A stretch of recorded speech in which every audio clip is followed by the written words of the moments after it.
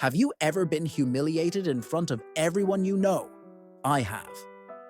Imagine being at your girlfriend's lavish birthday party surrounded by her wealthy friends when she suddenly announces to everyone that you're too broke to give her a proper gift. The room goes silent, all eyes on you. But just as the embarrassment reaches its peak, your teenage son steps forward with a small box wrapped in gold paper. Inside, a Rolex watch worth more than her car. Stay with me to discover how this moment changed everything and revealed who she really was. Welcome to Plot Twist Life, where incredible true stories prove that reality is often more shocking than fiction. On this channel, we share powerful personal journeys with unexpected turns that will leave you questioning everything you thought you knew. Before we dive into today's stunning revelation about love, money, and appearances, make sure you hit that subscribe button and turn on notifications. Why? Because these stories will not only entertain you, but might just give you the perspective you need to navigate your own life's plot twists. Now let's get back to that Rolex moment. Looking back, I should have seen the signs. They were all there, flashing like warning beacons I deliberately chose to ignore. But when you're 52 and a beautiful 36-year-old shows interest in you, rational thinking tends to take a back seat. My name is Michael, and I'm what most people would call comfortable.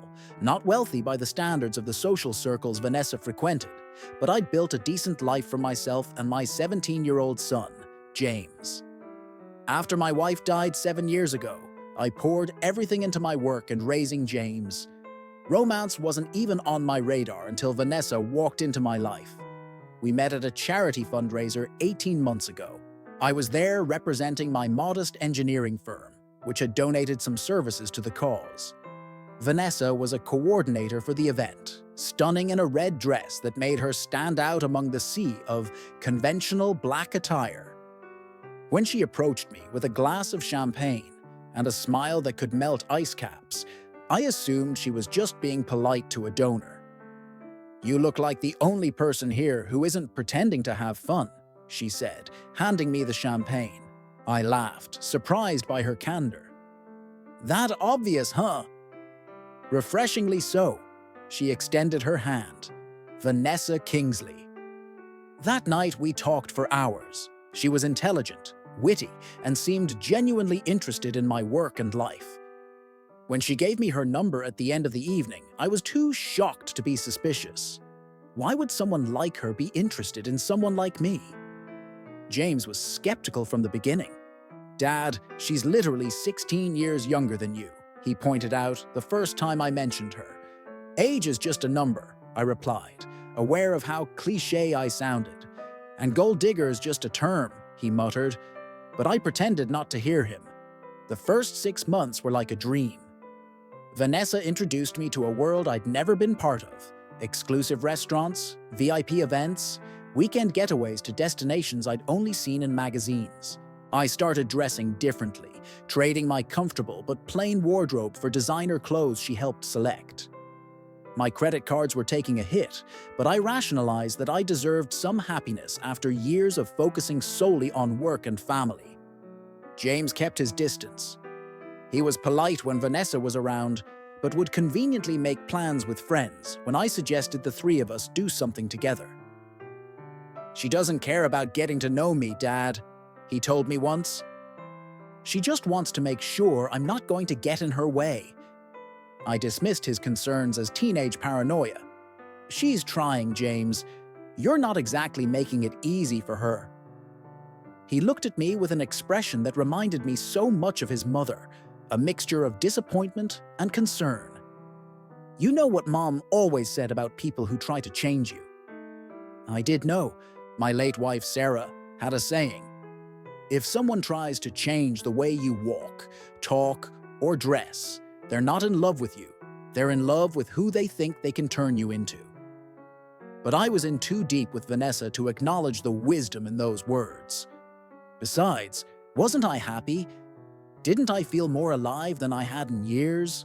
The truth started seeping through the cracks about a year into our relationship.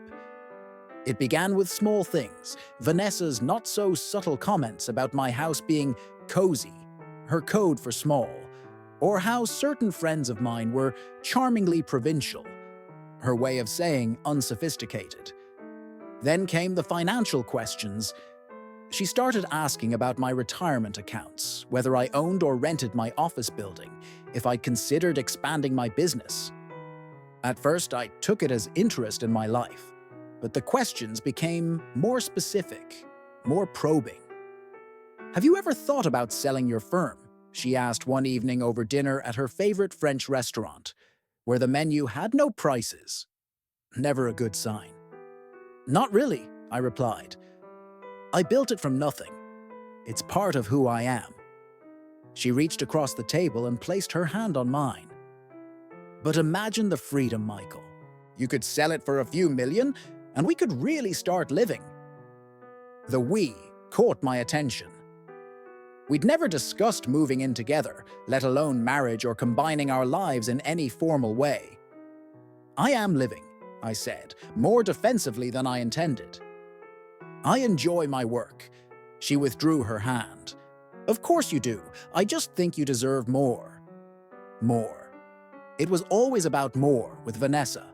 More expensive clothes, more exclusive vacations, more prestigious connections. And for a while, I tried to keep up, ignoring the increasing frequency with which I had to dip into my savings. James noticed, of course. He'd inherited his mother's perceptiveness, along with her expressive eyes. "You're going to go broke trying to impress her," he said one Sunday morning when Vanessa had gone to her yoga class. "And for what? She still corrects the way you hold your fork." "She's just trying to help me fit in with her friends," I defended. "Why would you want to fit in with people who judge you by which fork you use?" he countered. I changed the subject, but his words lingered. Why was I trying so hard? And more importantly, was Vanessa trying at all to fit into my world?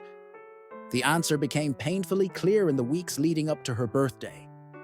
Vanessa had been dropping hints about a particular diamond tennis bracelet she'd seen at Tiffany's. The hints turned into direct statements, complete with photos sent to my phone and comments like, "Wouldn't this be perfect for my birthday?" I looked up the price, $23,000. It was more than I could responsibly spend, especially after the financial strain of the past year. I decided to be honest with her.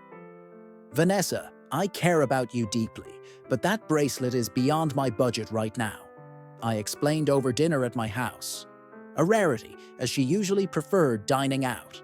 Her smile remained fixed, but her eyes cooled. "I understand. We all have different priorities." The subject was dropped, but something had shifted. She became distant, canceling plans last minute and taking longer to respond to my messages. When she did agree to see me, there was an edge to her comments, a sharpness that hadn't been there before. Despite this tension, she proceeded with plans for her birthday celebration, an extravagant affair at an upscale rooftop bar downtown, with a guest list of about 50 people, most of whom I'd never met. The estimated cost per person was well into the hundreds, and while she didn't explicitly ask me to contribute, her expectation hung in the air between us. "You are planning to get me something, right?" she asked, a week before the event. Her tone casual, but her eyes watchful. "Of course," I assured her, though I was still uncertain what I could afford that would meet her expectations. In the end, I settled on a pair of sapphire earrings that matched her eyes, beautiful but not extravagant at $2,000. It was still more than I should have spent, but I wanted to see her smile again, to recapture the warmth that had been missing from our relationship. The morning of her birthday, I received a cryptic text from James. "I've got something planned for tonight. Trust me." I was surprised. James had shown no interest in Vanessa's birthday celebration and had initially declined to attend. When I asked what he meant, he simply replied, "You'll see."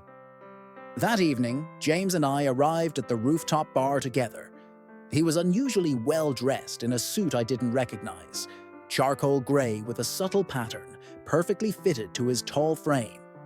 He looked older, more mature, and oddly confident given his general dislike for flashy social events. "Where did you get that suit?" I asked as we rode the elevator up. "I have my resources," he replied with a mysterious smile. The party was in full swing when we arrived. Vanessa was at the center of it all, radiant in a silver sequined dress that probably cost more than my monthly mortgage payment. She air-kissed my cheek when I approached, another change from the genuine affection she'd once shown. "Michael, you made it," she said, as if she'd had doubts. Her gaze shifted to James, surprise evident in her expression. And James too. How unexpected. "Happy birthday, Vanessa," James said, with a politeness that didn't quite reach his eyes. "You've put together quite an event." "Well, life's too short for small celebrations," she replied, already looking past us to greet more arriving guests. The next few hours were uncomfortable. I knew hardly anyone, and those I was introduced to seemed to forget my name almost immediately. Vanessa flitted from group to group, occasionally including me, but more often leaving me to fend for myself. James, surprisingly, seemed to be having a better time, engaging in conversation with several guests who appeared impressed by whatever he was saying. Then came the moment that would change everything. Vanessa clinked her glass to gather everyone's attention. The room quieted as she began an obviously rehearsed speech about gratitude and celebration.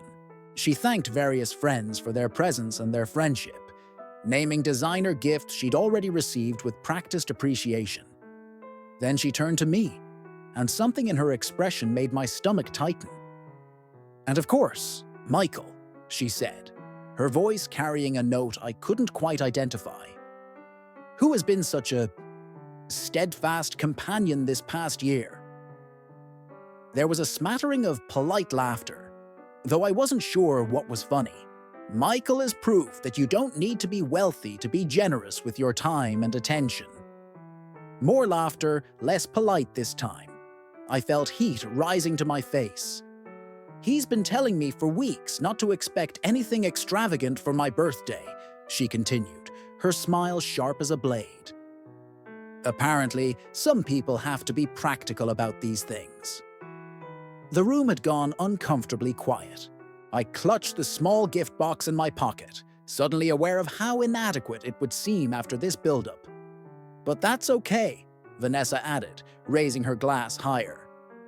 "Not everyone can afford the finer things. Some of us are just too—" She paused, searching for the right word. "Broke." The word hung in the air like a slap. Several guests looked away, embarrassed on my behalf. Others watched with the fascinated horror of spectators at a car crash. I stood frozen, humiliation washing over me in waves. In that excruciating silence, James stepped forward. I hadn't noticed him leave my side, but now he returned, holding a small box wrapped in elegant gold paper with a perfect bow. "Actually," he said, his voice clear and confident, "my father asked me to hold on to your gift until this moment." He handed the box to Vanessa, whose expression flickered between confusion and intrigue. "What's this?" she asked, her voice losing its performative quality for the first time that evening. "Why don't you open it and find out?" James suggested. The room was utterly silent as Vanessa carefully unwrapped the box. When she lifted the lid, she gasped audibly. Inside, nestled on a velvet cushion, was a woman's Rolex watch, rose gold with a diamond-studded face that caught the light from every angle. "Is this real?" she whispered, lifting it from the box with reverent fingers. "Rolex date just 31, rose gold with diamond hour markers," James confirmed. "Limited edition. My father has excellent taste, doesn't he?" Vanessa looked at me with new eyes, calculating, reassessing. "Michael, I don't know what to say. This is approximately $45,000, James supplied helpfully. Give or take. Gasps and murmurs spread through the crowd. Vanessa's friends crowded closer, admiring the watch as she slipped it onto her wrist with trembling hands. I had no idea, she said to me, her voice honeyed again, her hand reaching for mine. You shouldn't have. No, I said quietly. I shouldn't have.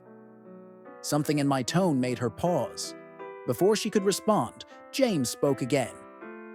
Dad, we should probably get going. You mentioned that early meeting tomorrow about the expansion. I looked at him confused. Expansion? Of your firm, James said smoothly. Now that the acquisition offer is on the table, you've been talking about expanding rather than selling. He turned to the guests nearest us. My father's engineering firm was just valued at $12 million. He's been very private about it. Doesn't like to flaunt his success. The room seemed to shift around me. Suddenly, people who had barely acknowledged my existence were introducing themselves, handing me business cards, mentioning investment opportunities. Vanessa remained by my side, her hand now firmly gripping my arm, the Rolex gleaming on her wrist. You never told me about any of this, she whispered, her smile strained. You never asked about what matters to me, I replied. Only about what I could give you. The party continued, but James and I left shortly after. In the elevator down, I finally asked the question that had been burning in my mind. How did you afford that watch? James laughed. It's a replica, an extremely good one that cost me $600 from my savings. I did research. No one at that party knows enough about watches to tell the difference, especially not Vanessa. I stared at him, stunned. But why? Because I was tired of watching her treat you like you weren't good enough, he said, his expression serious now. And I wanted you to see what would happen when she thought you had money. Did you notice how everyone's attitude changed instantly? I had noticed. It was impossible not to. As for the company valuation, James continued, that was creative fiction, but it served its purpose, which was to show you what she really cares about. The elevator reached the ground floor and the doors opened. It's not you, Dad. It never was. The cold night air hit us as we stepped outside, clarifying my thoughts. James was right. I'd been so caught up in Vanessa's world, in trying to be what she wanted, that I'd lost sight of who I actually was, and what I deserved. My phone buzzed with a text from Vanessa. Where did you go? Everyone's asking about you and your business. Come back up. For the first time in months, I saw the message for what it was. Not concern for me, but for what I represented to her now. Status, money, social currency. I turned off my phone and put my arm around my son's shoulders. You're too smart for your own good, you know that? I get it from Mom, he replied with a small smile. Yeah, I agreed, feeling a warmth that had nothing to do with designer clothes or exclusive parties. Yeah, you do. The following week was chaotic. Vanessa called and texted constantly, alternating between affection and accusation when I was slow to respond. She showed up at my office, unannounced, wearing the fake Rolex and a determined expression. We need to talk about us, she insisted. About our future. There was no us anymore, and I told her so. I explained that I'd seen clearly how she viewed me, as a means to an end, a potential provider, but not as a person she genuinely cared for. That's not fair, she protested. I've always appreciated you. No, I corrected her. You appreciated what you thought I could give you. There's a difference. Is this about what I said at the party? I was just joking, Michael. Everyone knew that. Including me, I said. I finally got the joke. When she realized I was serious about ending things, her demeanor changed completely. The mask dropped, revealing the calculation beneath. Keep the watch, I told her as she was leaving. It's fake, isn't it? She asked, her voice bitter. I smiled. Does it matter? It impressed your friends. After she left, I sat in my office for a long time, thinking about the choices I'd made and the lessons I'd learned. I'd spent months trying to be someone I wasn't for a woman who didn't appreciate who I actually was.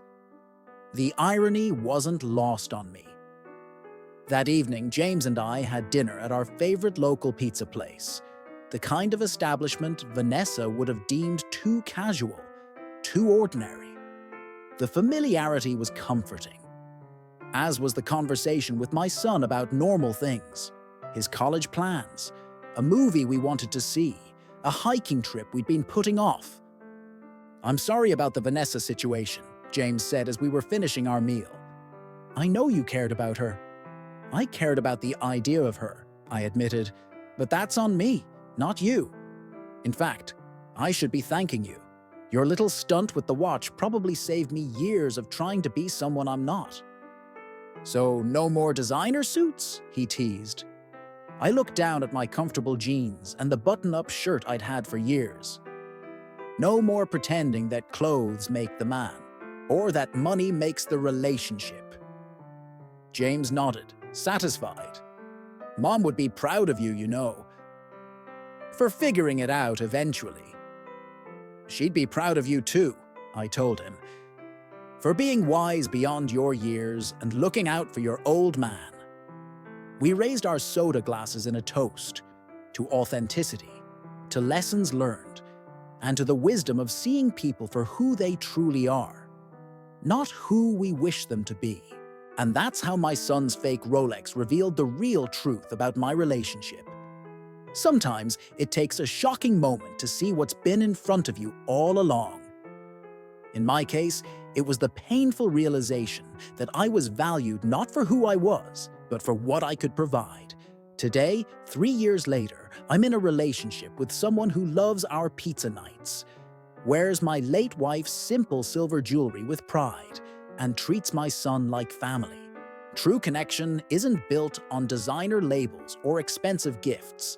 It's found in authenticity and mutual respect. If this story resonated with you, don't keep it to yourself. Hit that subscribe button on Plot Twist Life for more real stories with unexpected turns. Share this video with someone who might need this reminder about what really matters in relationships. Until next time, remember that the most valuable things in life can't be bought, not even with a Rolex.